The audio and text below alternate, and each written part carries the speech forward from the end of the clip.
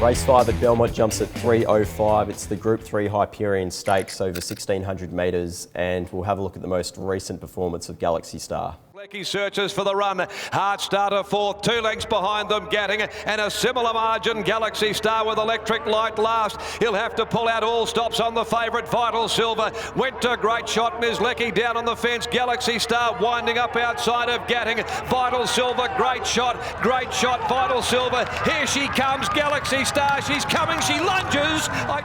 Galaxy Star copped a little bit of restraint early in that most previous race, but look, it does what she does best, and that's reel off an impressive last 200 metres to just get the job done. Based on her sections versus last preparation and the preparation before, I think she's still probably 1.5 lengths away off her top, so I think the small field should be suitable. She won't necessarily find too much pace up front, and she should be able to just reel off those same sections, and if she has reached that peak performance, she should be winning this race. Second pick is the 2, Gatting. Last start, he was just a little slow away, and he just ended up being that extra pair further behind than what he probably would have liked. Gate 1 looks ideal. He should be able to box seat on Saturday.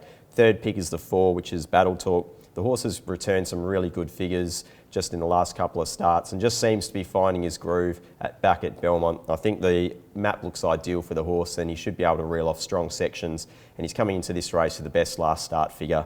And then the 4th pick is the 1, Great Shot, who, look, is just a bulldog up front. He'll jump best, he'll lead the race, hopefully at even sections. I think the faster the better for him, but all things being equal, he'll be fighting until the winning post. On top in race 5 is the 5, Galaxy Star, from 2, Gatting, 4, Battle Talk, and 1, Great Shot. Race 6 at Belmont jumps at 3:40. It's the Ilario Spagnolo 50th birthday handicap over 1,400 metres, and we'll have a look at the last start performance of Lord Help Me Run.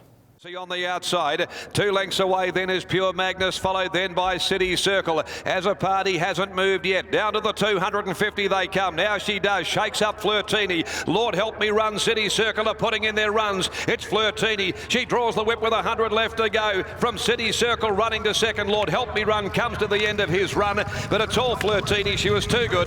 Flirtini. It wasn't until you investigated the data post this last performance of Lord Help Me Run that you realised that the horse was actually very impressive. It's almost back towards his best form as well. He generated a huge last 400 and last 400 to 200 metre split. It was just the last 200 metres he got a little bit tired, but the horse certainly loomed and was chasing home a very nice one in Flirtini. He seems to have mapped ideally here from gate 6. The step up in distance looks ideal, and if he's going to win a race this preparation, this looks the one. So he goes on top for me. From the 8, Rising Sea, was ridden back in the field last start, which was the pre-race tactics, but he was heavily restrained. And then look, the horse I think was finishing off okay considering. I think he should be able to jump from gate 8 and roll forward, hopefully settling in the first 4, and that's when he does his best work.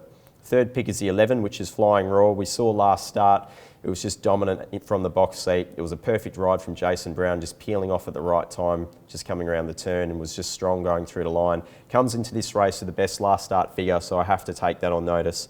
And then the 4th pick is a 6, Royal Statue, who's had 2 trials. Both of them were fast run up front. It was just very quiet on both occasions, wasn't asked for too much. Its best form is on modest to moderate tempos, so I'm expecting probably a little bit faster, so the horse will have to be at peak fitness to be figuring here. On top in race 6 is the 5, Lord Help Me Run, from 8, Rising Sea, the 11, Flying Raw, and 6, Royal Statue.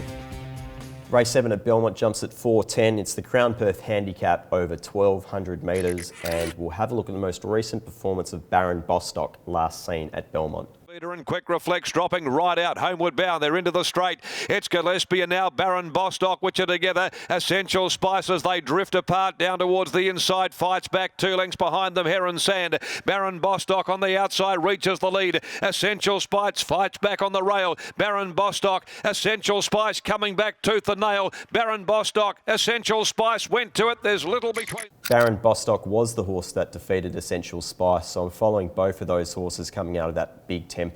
Baron Bostock recorded an excellent last 400 and last 200 metre split off that big tempo and was just too strong in the end. Gate 8 looks ideal for the horse. I'm not sure it will be rolling forward in this event, but should find a bit of cover and use that same weapon. As long as the horse is pulled up okay off that most previous run, it should be able to go again once more. Second pick is the 11, which is State Attorney, who just seems to be a new horse this preparation. He's been a little bit more consistent in terms of how he's been racing, although he's still doing a few things wrong. But obviously most pleasing was the ability that he finished off that last race after being given a perfect ride. I'm not sure the gate's necessarily as easy this time around from 10, but if you can find a bit of cover on pace, you can probably respect the horse going forward. Third pick is the 15, City Circle. It's another horse that does tend to settle on pace. 1 out, 1 back was the last start position. If you can find that from gate 11, Chris Parnham's doing an outstanding job. But look, the horse handles all conditions, will appreciate tempo up front and has a good turn of foot late. And then fourth pick is 9, Distant Trilogy, who is just dying for a gate. Returned some sensational figures last start after being heavily restrained early. He just got too far back. If you can find a bit of cover from gate 16, is the horse that will be flashing home the strongest from worse than midfield. On top in race 7 is 10 Baron Bostock from the 11 State Attorney, 15 City Circle and 9 Distant Trilogy. That brings us to the last. It's race 8, jumping at 4:40, the free entry to Belmont Park Handicap over 1,200 metres, and we'll have a look at the most recent performance of Free Trade.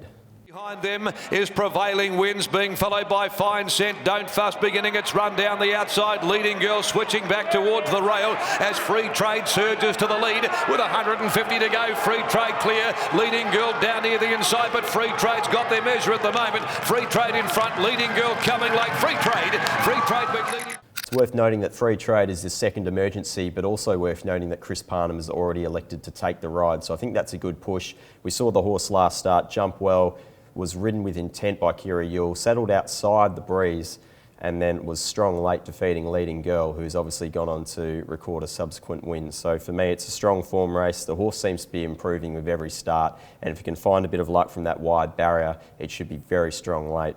Second pick is the 8, which is Stageman. I thought he was away okay. He wasn't necessarily suited 3 wide without cover, albeit over the 1,000 metres, which isn't the worst place in the world to be. But the horse does seem to have improved with that second performance. And again, if he finds a bit of luck from his wide gate, he should be strong going to the line. Third pick is a 2, which is Mervyn. The horse will be pretty one-dimensional in that he'll be thereabouts on speed, probably leading and setting a good tempo. So he's the one that will get first crack at the finishing post. And then fourth pick is the 10 Undisclosed, who I will follow up once again. Was slow away last start, never clear at all in the straight. Gate 11 might be a little bit more suitable, and Geordie Turner's jumping on this time to have a go on the mare. On top in the final race is the 18 Free Trade from 8 Stageman, 2 Mervyn and 10 Undisclosed. Best bets at Belmont, race 3 number 2 Touch of Silver at the each way price, and race 4 number 5 Deimos.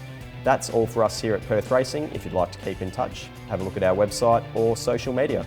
Until next time on the box seat, I'm Pete Antonis. Good punting and go well.